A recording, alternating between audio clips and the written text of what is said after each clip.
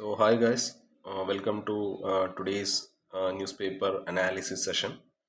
And ഇന്ന് നമ്മൾ എടുത്തിരിക്കുന്ന topic India must rethink its Arctic outlook എന്നുള്ളതാണ്. നമ്മൾ നോർത്ത് സീ റൂട്ടും കാര്യങ്ങളൊക്കെ ആയിട്ടുള്ള റിലേറ്റ് ചെയ്തിട്ടുള്ള ഒരു ടോപ്പിക്കാണ്. ആൻഡ് നമ്മളെല്ലാ ഡിസ്കഷനിലും ചെയ്യുന്നത് പോലെ first we look on to the prelims and mains relevance of this particular topic. പ്രിലിംസിൽ GS പേപ്പർ 1 വരുന്നതാണ്, അതേപോലെ മെയിൻസിൽ GS 2 വരുന്നതാണ്. 1 അറിയാലോ, current events of national and international importance, current അഫയേഴ്സിൻ്റെ ആയിട്ടുള്ള ടോപ്പിക്കാണ്. ആൻഡ് പേപ്പർ മെയിൻസിൽ GS 2 effects of policies and politics of developed and developing countries on India's interest and Indian diaspora. So ഈ ഒരു ന്യൂസിൻ്റെ ബാക്ക്ഗ്രൗണ്ട് നമുക്കൊന്ന് നോക്കാം. ഓക്കെ, അപ്പം ഈ ആർട്ടിക് എന്നുള്ളത് നമുക്കറിയാലേ, which use to be a mostly peaceful and ആ ഒരു ഏരിയ ഫോക്കസ് ചെയ്യുന്ന സയൻസിലും കാര്യങ്ങളിലൊക്കെ ആയിരുന്നു ഇവർ ആ ഒരു ഏരിയ ഫോക്കസ് ചെയ്തിട്ടുണ്ടായിരുന്നത്. പക്ഷേ now it is becoming an area where big world powers are competing. Because ഒന്ന് ക്ലൈമറ്റ് ചേഞ്ച് ആണ്. ക്ലൈമറ്റ് ചേഞ്ച് കൊണ്ട് അവിടുത്തെ ഐസും കാര്യങ്ങളൊക്കെ മെൽറ്റ് ചെയ്ത് തുടങ്ങി. ഇപ്പോൾ നമുക്കറിയാമല്ലേ, ആ ഒരു ഏരിയ എന്ന് പറയുന്നത് ഫുൾ ഐസ് കവേർഡ് ആയിട്ടുള്ള ഒരു ഏരിയ ആണ്. പക്ഷേ ഇപ്പോൾ ക്ലൈമറ്റ് ചേഞ്ചും നമ്മുടെ ഗ്ലോബൽ വാർമിങ്ങും ഒക്കെ കാരണം ഐസും കാര്യങ്ങളൊക്കെ മെൽറ്റ് ചെയ്ത് തുടങ്ങി. So it is making it easier to reach and use the Arctic. അപ്പോൾ ഇത് വഴിവെച്ചിരിക്കുന്നത് 3 കാര്യങ്ങൾക്കാണ്. ഓക്കെ, ഒന്ന് new shipping route. Okay, that let ships travel faster between Europe and Asia. And രണ്ടാമത്തത് എന്ന് പറയുന്നത് ഈ ഓയിലും ഗ്യാസും മിനറൽസും ഇതേപോലത്തെ സാധനങ്ങളെല്ലാം ഐസിൻ്റെ അടിയിലായിരുന്നു, which was hidden under the ice. പക്ഷേ ഇപ്പോൾ അതെല്ലാം ആക്സസ് ചെയ്യാൻ പറ്റുന്ന ഒരു ഇതിലോട്ട് വന്നിട്ടുണ്ട്. So access to valuable resources എന്നുള്ളതാണ് ഒരു സെക്കൻഡ് പോയിന്റ്. പിന്നെ ഈ ഒരു മിലിറ്ററി ആക്ടിവിറ്റിയും കാര്യങ്ങളൊക്കെയാണ്. More military activity as countries try to protect their interest in the region. So ഈ റഷ്യ ആയാലും ചൈന ആയാലും US ആണെന്നുണ്ടെങ്കിലൊക്കെ they are all paying more attention to the Arctic nowadays, which could lead to a more tension and competition in the future. ഇതിൽ ഏറ്റവും important ആയിട്ടുള്ളത് ഈ ഒരു പുതിയൊരു ഷിപ്പിംഗ് റൂട്ട് അവിടെ തുറന്നു വന്നിരിക്കുന്നു എന്നുള്ളതാണ്. ഇപ്പോൾ നമുക്കറിയാമല്ലോ, നമ്മുടെ ഒരു യൂറോപ്പും ഏഷ്യയും തമ്മിലുള്ള ആ ഒരു ട്രഡീഷണൽ റൂട്ട് എന്ന് പറയുന്നത് സ്യൂസ് കനാൽ വഴിയാണ്. സ്യൂസ് കനാൽ നിങ്ങൾക്ക് ഫെമിലിയർ ആയിരിക്കും, ഈജിപ്തിലുള്ളത്. ആൻഡ് ഇതെങ്ങനെ വർക്ക് ചെയ്യുന്നത് നമുക്കറിയാമല്ലോ. അതായത് ഈ യൂറോപ്പിൽ നിന്നുള്ള ഷിപ്പ് മെഡിറ്ററേനിയൻ സീയിൽ കയറിയിട്ട് അവർ സ്യൂസ് കനാലിലേക്ക് എൻ്റർ ആവും, which is in Egypt. And അവർ റെഡ് സീ കൂടെയൊക്കെ പാസ് ചെയ്ത് നമ്മുടെ ഇന്ത്യൻ ഓഷൻ ക്രോസ് ചെയ്ത് ആൻഡ് ഫൈനലി അവർ ഏഷ്യയിലെത്തും. ഓക്കെ, അപ്പോൾ ഈ ഒരു റൂട്ട് എന്ന് പറയുന്നത് ഇത് വളരെ വലിയൊരു ലോങ് റൂട്ടാണല്ലേ. ആൻഡ് അതേപോലെ തന്നെ ഇത് ഭയങ്കര ബിസിയസ്റ്റ് റൂട്ടാണ്. ആൻഡ് ഇതിൻ്റെ വേറെ മെയിൻ കാര്യം എന്ന് പറയുന്നത് ഈ റൂട്ട് ഭയങ്കര റിസ്ക് ആണ്. അറിയാലോ, റെഡ് സീയിലൊക്കെ എപ്പോഴും പ്രശ്നങ്ങളാണ്. ഓർ അതേപോലെ തന്നെ സ്യൂസ് കനാലിൽ ബ്ലോക്കേജും കാര്യങ്ങളൊക്കെ വരുമ്പോൾ അത് ഷിപ്പുകളും കാര്യങ്ങളൊക്കെ ലാഗ് ആവും അല്ലേ. So that's why the northern sea route along the Russian Arctic coast is attracting attention. And it's shorter and faster during ice free months and all.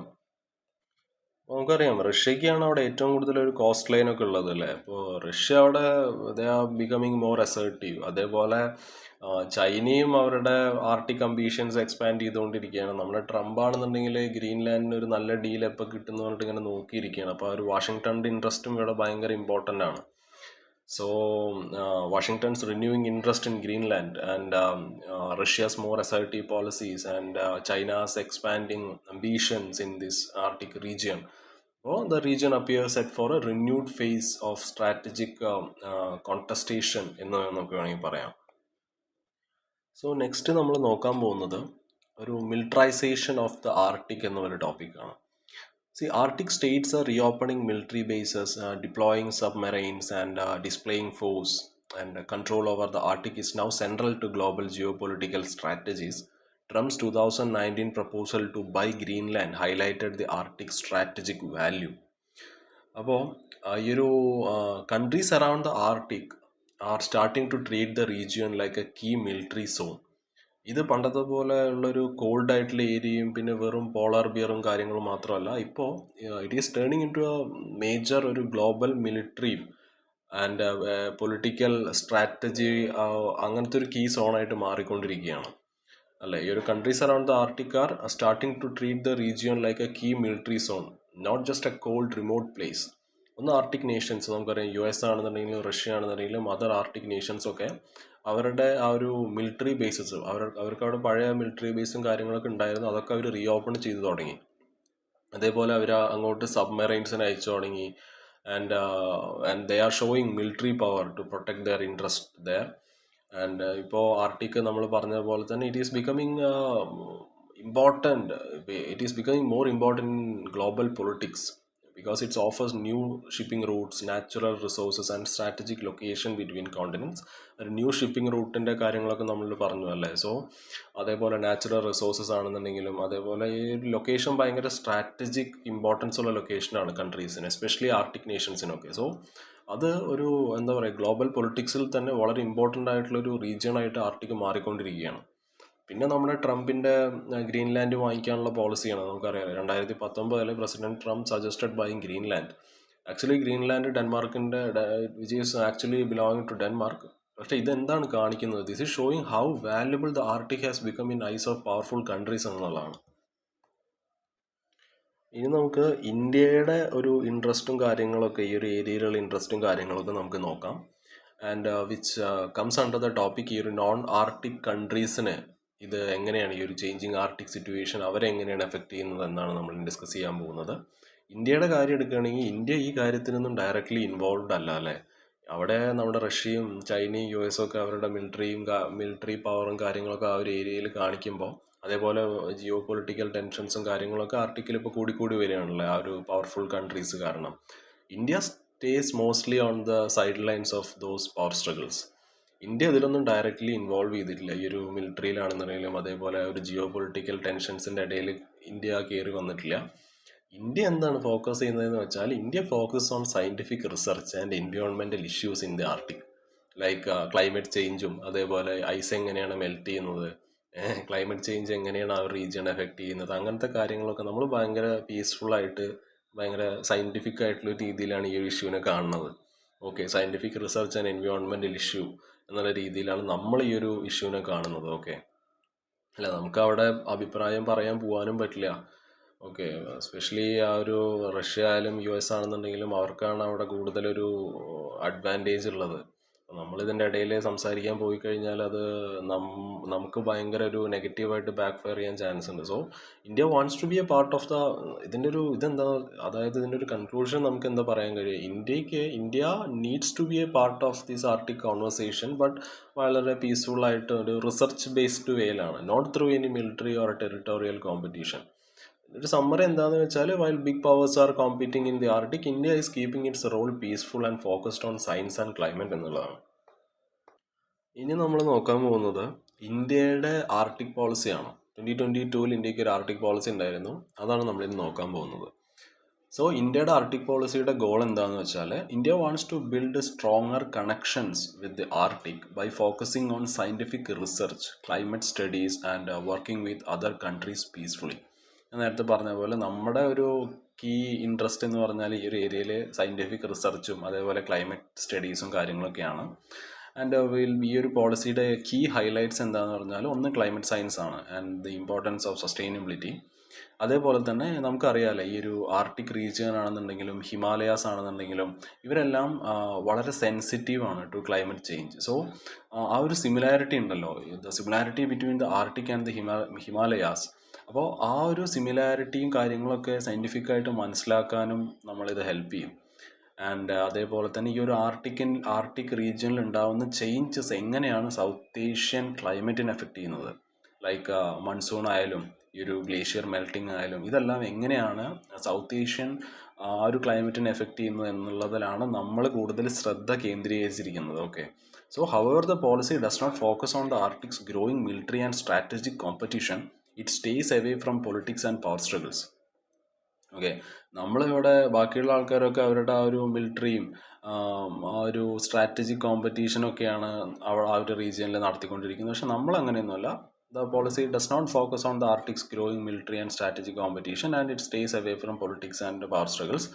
അപ്പോൾ ചുരുക്കി പറയുകയാണെങ്കിൽ നമുക്ക് പറയാം, ഇന്ത്യയുടെ ആർട്ടിക് പോളിസി എന്ന് പറയുന്നത് വളരെ പീസ്ഫുൾ ആയിട്ടൊരു സയൻസ് ഡ്രിവൺ പോളിസിയാണ്. And it's not about strategy or military power എന്നുള്ളതാണ് നമുക്ക് ഈ ഒരു ഇന്ത്യയുടെ ആർട്ടിക് പോളിസി 2022 നിന്നും മനസ്സിലാക്കാൻ കഴിയുന്നത്. അപ്പോൾ നമ്മൾ ഇന്ത്യയുടെ ആർട്ടിക് പോളിസിയെ പറ്റിയിട്ട് സംസാരിച്ചല്ലോ. അപ്പോൾ ഇന്ത്യയുടെ ഈ ഒരു ആർട്ടിക് പോളിസി 2022 ആ ഒരു ആർട്ടിക് പോളിസിയിൽ ഇന്ത്യ വരുന്ന ടൈമിൽ ആ ഒരു ഏരിയയിൽ പ്രത്യേകിച്ച് വലിയ സീനോ കാര്യങ്ങളൊന്നും ഉണ്ടായിരുന്നില്ല. ഓക്കെ, അപ്പോൾ ആ ഒരു time India's Arctic policy was design for A time when the region was very peaceful and cooperative. And ആ ഒരു ഏരിയ മെയിൻലി നമ്മൾ പറഞ്ഞ ഇന്ത്യ ഇപ്പോൾ ഫോക്കസ് ചെയ്യുന്നത് പോലെ തന്നെയായിരുന്നു അന്ന് ആ ഒരു ടൈമിൽ എല്ലാ ആൾക്കാരും ഫോക്കസ് ചെയ്തിരുന്നത്. അതായത് ഒരു സയൻസ് ആൻഡ് എൻവയോൺമെൻറ്റ് ആ ഒരു ടോപ്പിക്കിലായിരുന്നു അവർ മെയിനായിട്ട് ഫോക്കസ് ചെയ്തിരുന്നത് ആ ഒരു റീജിയണിൽ. പക്ഷേ ഇപ്പോൾ ആർട്ടിക് എന്ന് പറയുന്നത് it is becoming more competitive and strategic with big powers fighting for influence resources and control. So India might get left out of important future decisions about who controls the Arctic and who gets access to its resources. India ഇങ്ങനെ സയൻസിലും environment കാര്യങ്ങളിലും മാത്രമായിട്ട് ആ ഒരു ടോപ്പിക്കിൽ മാത്രം ഒതുങ്ങി നിന്ന് കഴിഞ്ഞാൽ നമുക്കവിടെ വലിയ വോയിസോ കാര്യങ്ങളോ ഒന്നും ഇനി ഫ്യൂച്ചറിൽ ഉണ്ടാകാൻ പോകുന്നില്ല. നമ്മൾ പറഞ്ഞു ഈ ഒരു region is becoming more competitive and strategic. Okay, so ഇന്ത്യയുടെ വോയിസ് കറക്റ്റായിട്ട് അതിൽ പറഞ്ഞേ പറ്റൂ. എന്നിരുന്നാൽ കൂടി നമ്മുടെ ഇന്ത്യ ഒരു ആർട്ടിക് കൗൺസിലിൽ ഒരു ഒബ്സർവറാണ്. നമുക്ക് ഈ ഒരു നോർവേയിലെ സ്വാൽബാർഡ് എന്ന് പറയുന്ന സ്ഥലത്ത് റിസർച്ച് സ്റ്റേഷനും കാര്യങ്ങളൊക്കെ ഉണ്ട്. പക്ഷെ ആ ഒരു നമ്മുടെ റോൾ എന്ന് പറയുന്നത് it is mostly scientific and it's not political or strategic എന്നുള്ളതാണ്. As military power and politics begin to dominate Arctic affairs, relying only on scientific diplomacy may no longer be enough. അല്ലേ, നമ്മൾ പറഞ്ഞ പോലെ military പവറും പൊളിറ്റിക്സും ഒക്കെയാണ് ഇപ്പോൾ ആ ഒരു ഏരിയ ഡോമിനേറ്റ് ചെയ്തുകൊണ്ടിരിക്കുന്നത്. സോ നമ്മൾ ഈ ഒരു സയൻറ്റിഫിക് ഡിപ്ലോമസിയിൽ മാത്രം റിലേറ്റ് ചെയ്തിരുന്നു കഴിഞ്ഞാൽ അതൊരു ലോങ് ടേമിൽ അതൊരിക്കലും ഇന്ത്യക്ക് നല്ലതായിരിക്കില്ല. സോ ഇൻ ഷോർട്ട് നമുക്കിത് കൺക്ലൂഡ് ചെയ്യുമ്പോൾ നമുക്ക് എന്ത് പറയാം? India's peaceful research focused Arctic policy may need to evolve if it wants the real voice in the future of the region. ഇനി നമ്മൾ നോക്കാൻ പോകുന്നത് വളരെ ഇമ്പോർട്ടൻ്റ് ആയിട്ടുള്ളൊരു ടോപ്പിക്കാണ്. So, we'll be discussing about the emerging challenges India faces due to Arctic developments. ഒന്ന് northern see റൂട്ടാണ്, അതേപോലെ അവിടെ നിന്നുള്ള ആ ഒരു ട്രേഡും കാര്യങ്ങളൊക്കെയാണ്. ഈ ഒരു ആർട്ടിക് ഐസ് മെൽട്ടായപ്പോൾ നമ്മുടെ നോർത്തേൺ സീ റൂട്ട് ഓപ്പൺ ആവുകയും അതേപോലെ തന്നെ faster shipping they had offered faster shipping between Europe and Asia എന്നുള്ളതാണ്.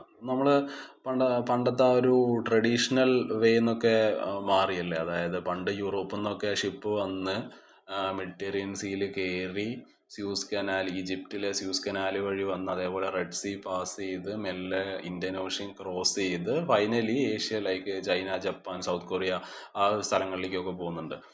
ആ ഒരു റൂട്ടായിരുന്നു അല്ലേ, സ്യൂസ് കനാൽ എന്ന് പറയുന്ന റൂട്ടായിരുന്നു യൂറോപ്പ് ആൻഡ് ഏഷ്യ തമ്മിലുള്ള ആ ഒരു ട്രേഡും കാര്യങ്ങളൊക്കെ നടന്നിരുന്നത്.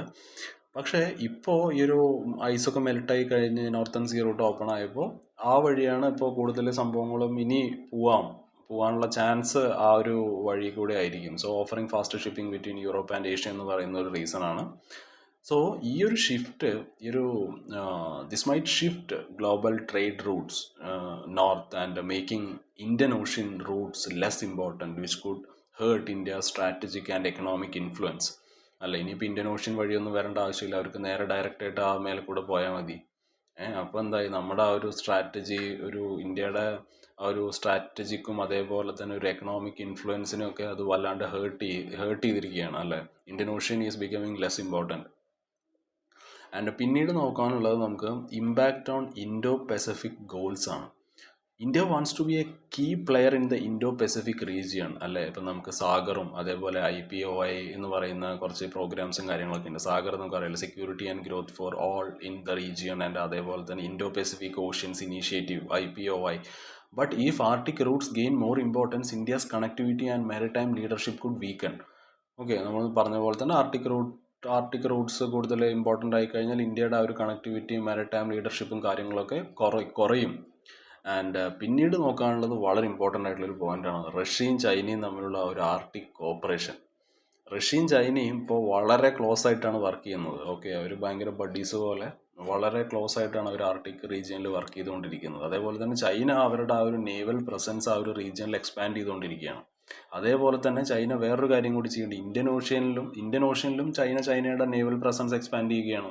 So this puts pressure on India അല്ലേ, as it tries to maintain dominance in regional waters.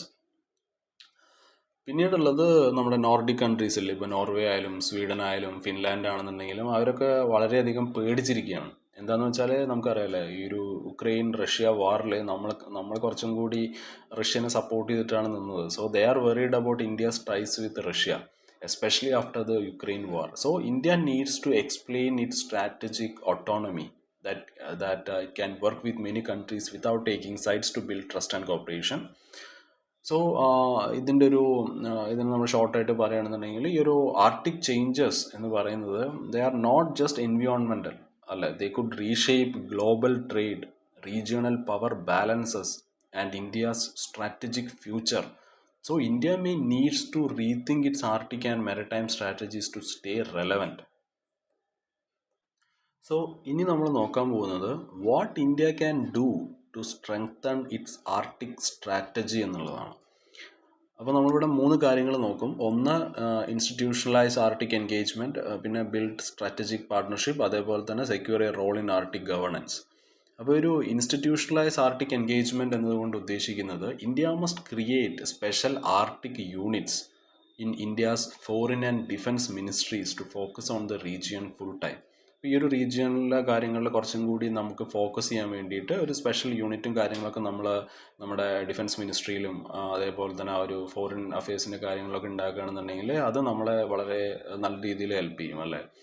പിന്നെ അതേപോലെ തന്നെ we must set up regular meetings between മിനിസ്ട്രീസും അതേപോലെ സയൻറ്റിസ്റ്റുകൾ തമ്മിലും അതേപോലെ മിലിറ്ററി എക്സ്പേർട്സ് തമ്മിലും ഡിപ്ലോമാറ്റ്സ് ഒക്കെ ആയിട്ടുള്ള റെഗുലർ മീറ്റിംഗ്സ് നമ്മൾ നടത്തണം ഈ ഒരു ആർട്ടിക് എൻഗേജ്മെൻറ്റുമായിട്ട് റിലേറ്റ് ചെയ്തിട്ട്. അതേപോലെ തന്നെ we should involve strategic think tanks to help shape policy that not just scientific but also strategic and future focused. പിന്നെ നമുക്ക് നോക്കാനുള്ളത് ബിൽഡ് സ്ട്രാറ്റജിക് പാർട്ട്ണർഷിപ്പ് എന്നുള്ളതാണ്.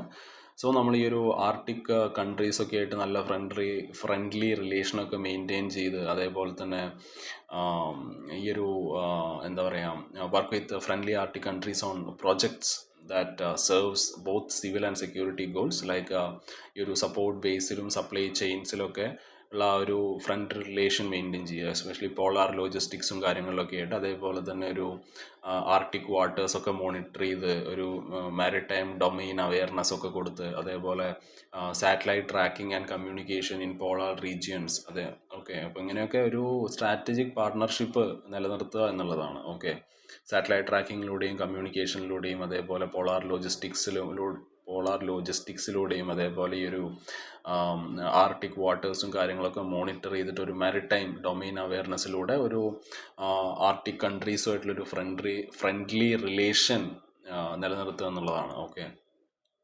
പിന്നീടുള്ളത് ഈ ഒരു ആർട്ടിക് ഗവേണൻസിലെ ഒരു India must secure a role in Arctic governance എന്നുള്ളതാണ്. India should take part in new forums and discussions on Arctic issues like ഇപ്പോൾ ട്രേഡ് ആയാലും അതേപോലെ തന്നെ ഷിപ്പിംഗ് റൂൾസ് ആയാലും എൻവിയോൺമെൻറ്റൽ പ്രൊട്ടക്ഷൻ ആയാലും ഡിജിറ്റൽ സിസ്റ്റം ആയാലും ഇതിലെല്ലാത്തിലും ഉള്ള ഇഷ്യൂസിലും കാര്യങ്ങളൊക്കെ നമ്മൾ ഇടപെട്ട് നമ്മുടെ കാര്യങ്ങളൊക്കെ നമ്മൾ നേരെ പറയുക, നമ്മുടെ പോയിന്റ് നമ്മൾ കറക്റ്റായിട്ട് പറയുക, നമ്മൾ അതിൽ ഇൻവോൾവ് ചെയ്യുക, മാറി നിൽക്കാതെ ഇൻവോൾവ് ചെയ്യുക. So build goodwill by respectfully engaging Arctic communities, focusing on sustainability, not just profits.